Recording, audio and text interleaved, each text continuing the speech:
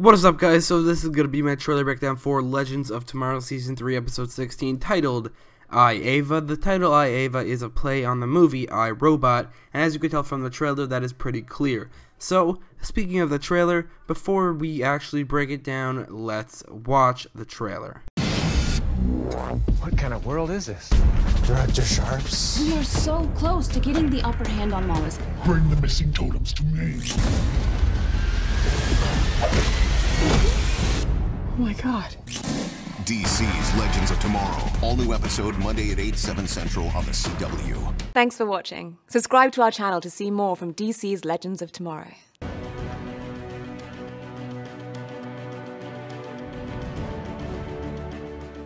This episode seems to be following a very strange premise, which is that somebody cloned Ava, or at least made a lot of robots that look like Ava, and they are seemingly like a police force in the future, maybe, or a different reality or something like that. I doubt it's a different reality because that's not something they do on this show very often, so I think that they went to the future because that is something they do on this show, although not very often, which is disappointing. But it seems like they went to the future, probably like 50 or 60 years into the future after Zari's time, because during Zari's time, these robots were not a thing, so probably like 20 or 30 years after that, and for some reason somebody decided that Ava would make a pretty good police force or something, because they haven't overrun humanity or anything. You see other people in the background, so I think that they're obviously robots, and I think that, actually they might not be robots, they also might be clones, but I think they're robots because of the way this episode is titled. I, Ava, as in I, Robot.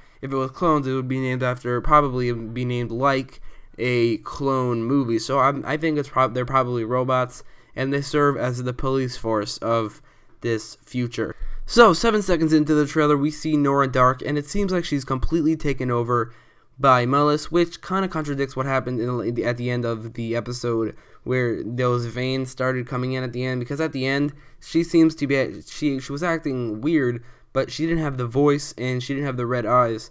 She just had the veins, and I think they were red also. So to go just from that to completely taken over by Mullis, and it clearly looks like you're taken over by Mullis. I don't really know why they did that at the end of that episode, because they're just gonna go full Mullis here. But I think that, I mean, it's about time we saw Mullis already. There are 3 episodes left in the episode, this one, and then 2 more after that. So the fact that we haven't seen Mullis yet is a little disappointing, and it seems like they're using Nora as the person that Mullis is probably going to possess for the entirety of the show, until probably like 10 minutes before the end of the season finale, where we finally see his final form, which will be a lot of CGI and expensive, so that's why they're pushing it off till the end.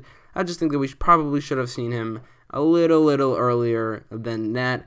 But we hear Nora Dark tell Damien Dark, or actually Mullis tell Damien Dark to get the remainder of the totems. That made me realize that they only have the water totem and the spirit totem, and even then, what's her name is Vixen is getting the spirit totem later in this episode, or even before in this episode. We see it later in the trailer. Her eyes are glowing, she's wearing her costume, which makes me think that this photo right here from way back when with Vixen and Wally West is from this episode, because Wally West and Vixen have never been in an episode together where Vixen has her costume and her totem. So I think this is from this episode. But with her getting her spirit totem back, they only have the water totem, and that's it. And even then, Kuasa has been setting up, or they've set up Kuasa to go against them and go against Mullis in a lot of ways. So that might happen too. So then they will have no totems, which is actually really cool, because previous seasons they always made it so that the Legends failed up until the last episode.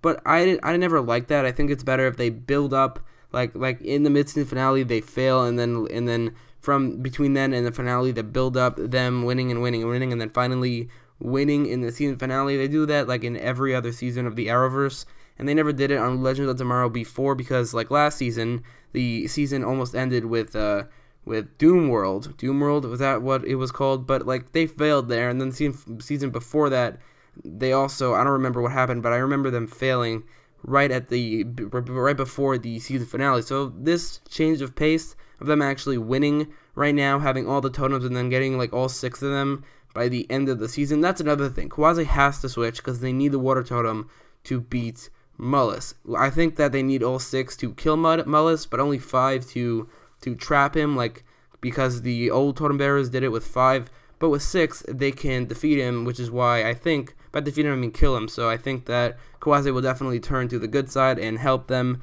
kill Mullis. So I like how they're building up this victory for the Legends.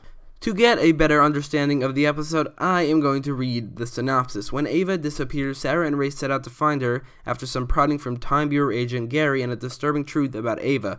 Amaya tasks Zari with helping train Rory in controlling his own totem power. Meanwhile, Nate and Wally set out on a mission that goes awry when they pair with an unlikely person to try and get a totem. So the way they word this disturbing truth about Ava, it makes me think that they're actually not talking about these robots being modeled after her, and they're talking about something else. Unless if she is actually one of these robots or something like that, maybe they're not actually modeled after her. Maybe she's a robot, one of these robots who developed a more advanced AI, or maybe these aren't actually robots, they're clones of somebody else. Maybe she's one of the clones, I don't know.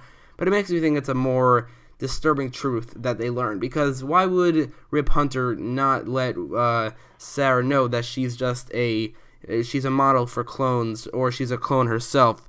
I don't know why Rip wouldn't tell her that, because we see in a previous episode, I don't remember which one, but at the end, the one that Wally joined, not the one, I think it was the Curse of the Earth Totem, I think, and at the end, we see Rip Hunter do this whole thing where he tells Gideon to never let Sarah know about the disturbing truth about Ava, and I don't think it's this clone thing, because that's not really disturbing. What it is, I don't have a clue, but we are going to find out, and I hope it's not this clone thing, because that's a little underwhelming in terms of why would Rip Hunter not tell Sarah about this, and it's not really a disturbing truth, unless if she is a clone herself.